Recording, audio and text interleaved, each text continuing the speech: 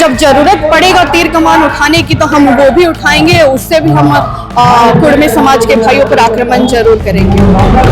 सामने से समर्थन के लिए क्यों नहीं आ रहे? तो यहाँ साफ है कि कुर्मी समाज की ओर से जयराम महतो का मैं नाम ले सकती हूँ या सुदेश महतो का नाम ले सकती हूँ। वे लोग सामने से कुर्मी समाज का समर्थन कर रहे हैं, वे लोग ही बढ़ावा दे रहे हैं। देखिए, आदिवासी हूँ कह देने से ही नहीं होता है। मैं कुछ रहूंगी, पैदाइश कुछ रहूंगी, फिर बाद में डिमांड करूंगी कि मैं ये हूँ वो हूँ, तो उसे कह देने से भर नहीं हो जाता है। ठीक है, जैसे मैंने पहले भी कहा, ये तथ्यों को स्वीकार ही नहीं करते। इनकी जो लड़ाई की आधार है एकदम तर्कहीन है, बस हवाई बातें करते हैं का उग्र रूप दिखाकर या राजनीतिक दबाव बनाकर वे चाहते हैं कि उन्हें एसटी का दर्जा दे। हमारा विरोध कुर्मियों के खिलाफ है, इसलिए क्योंकि वे अनुसूचित जनजाति सूची में शामिल होने की व्यक्तिगत रूप से टीका टिप्पणी कर या किसी स्त्री के चरित्र पर बातें रख करके या सोशल मीडिया में उलूल जुलूल हरकतें करके इन चीजों को हवा ना दे। तो कहीं डर नहीं लगता है कि मुझे भी टारगेट किया जाएगा, मेरे ऊपर भी अभद्र टिप्पणियां आ सकती हैं? देखिए, ये संघर्ष जारी रहेगा जब तक कुर्मी भाई नहीं रुकेंगे, हम भी नहीं रुकेंगे, हम भी आगे तक आंदोलन। समाज के द्वारा आज एक महा आक्रोश रैली जो है निकाली गई है, जो मोहराबादी मैदान से, रांची कॉलेज की खेल मैदान है जिसको रामदयाल मुंडा फुटबॉल मैदान भी कहते हैं। यहाँ एक भारी जनसभा देखी गई और जनसैलाब देखी गई है और जनसैलाब में एक जनसभा का आयोजन किया गया जिसमें अनुपमा जी भी नजर आई। अनुपमा जी सोशल मीडिया पे काफी एक्टिव रहती हैं, बात को रखती हैं। सीधे तौर से हम जानने का प्रयास करते हैं कि यह अपने आदिवासी समाज को लेके क्या कुछ बात रखती हैं, क्या विचार रखती हैं, क्योंकि जबकि कुर्मी समाज के द्वारा एसटी स्टेटस की मांग कर रहे हैं और उसका विरोध भी लगातार हो रहा है। लगातार कुर्मी समाज के विरुद्ध में आप लोग विरोध कर रहे हैं, आक्रोश रैली निकाल रहे हैं। जी, कुर्मी समाज के विरोध में रैली निकालने का कारण यही है कि कुर्मी समाज लगातार अनुसूचित जनजाति सूची में शामिल होने की मांग कर रहा है और मांग करने का भी जो उनका तरीका है, कभी रेल डे का, कभी डहर छे का, कभी कुछ जैसी चीजें कर रहे हैं। तो आदिवासी समाज को इसके लिए आज यहाँ एकजुट होना पड़ा है। इससे पहले भी विभिन्न जिलों में आदिवासी समुदायों का आक्रोश रैली, विरोध प्रदर्शन का आयोजन किया गया था और आज पूरे राज्य भर से, विभिन्न राज्यों से भी आदिवासी समुदाय से लोग पहुंचे हुए हैं। कारण यही है कि कुर्मी समाज लगातार कुछ वर्षों से, मात्र कुछ वर्षों से ही इस मांग में अड़ा है कि उन्हें अनुसूचित जनजाति सूची में शामिल कर दिया जाए, पर क्योंकि उनकी मांग जायज नहीं है, वे आदिवासी हैं नहीं, ना ही वो तर्क को मानते हैं, उनके पास कोई तथ्य भी नहीं है, फिर भी वे लगातार इन बातों में ऐसे अड़े हुए हैं। तो हमें सड़क पर उतरना पड़ा है अपने अधिकारों की रक्षा करने। देखिए, वो जिस तरह से लगातार वो मांग कर रहे हैं और वो कह रहे हैं कि मैं आदिवासी स्टेटस ही नहीं, मैं आदिवासी हूँ, तो उसको आप लोग कैसे ये करेंगे? देखिए, आदिवासी हूँ कह देने से ही नहीं होता है। मैं कुछ रहूंगी, पैदाइश कुछ रहूंगी, फिर बाद में डिमांड करूंगी कि मैं ये हूँ वो हूँ,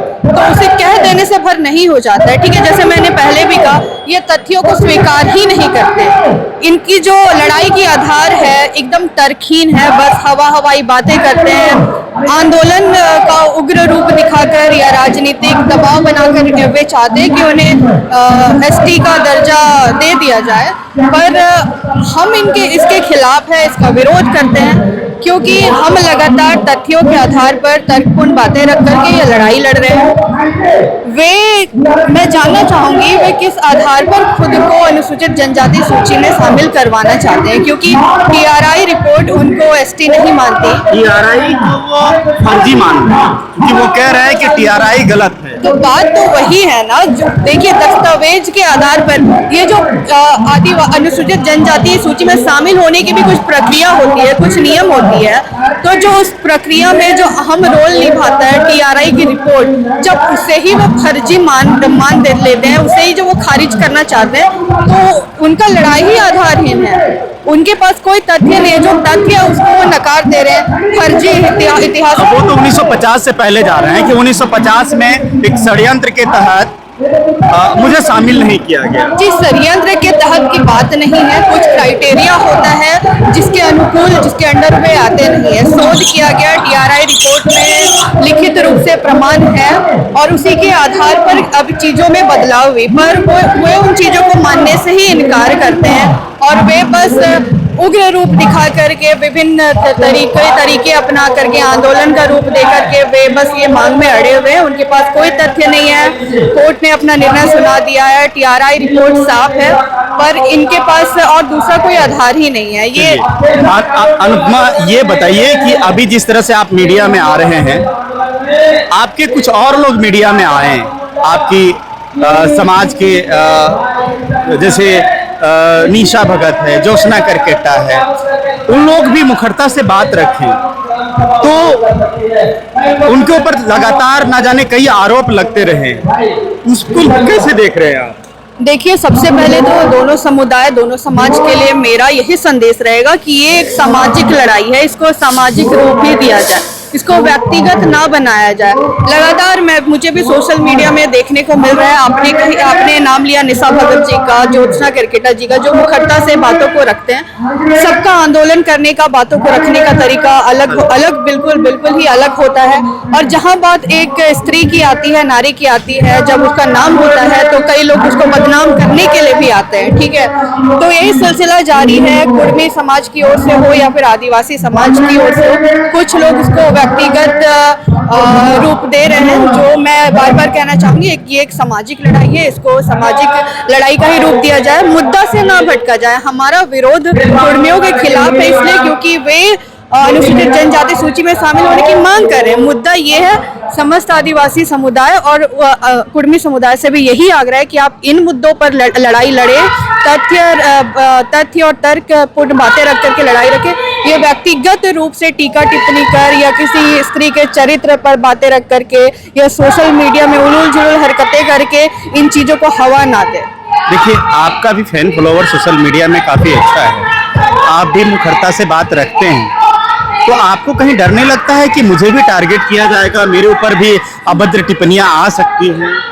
देखिए, डर की जब बात है तो संसार का ऐसा ही नियम है, चाहे मर्द हो या पुरुष, जब किसी का नाम होता है ना तो उनको अच्छा बोलने के लिए और उनको बुरा बोलने के लिए भी हर तरह के लोग वहाँ मौजूद रहते हैं। और जब बात एक लड़की की हो जाती है तब आधा से ज़्यादा समाज उसका पीछे पड़ जाता है। आप चाहे कितनी भी अच्छी चीज़ें करें, कई लोग जब आपको मोटिवेट करेंगे, आपकी अच्छाइयों के लिए आपको अच्छी बातें बोलेंगे, तो कई लोग उस समाज में आते हैं जो फिर भी आपकी टांग खिंचाई करेंगे, उसमें फिर भी कई नेगेटिव चीज़ें ढूंढने की कोशिश करेंगे।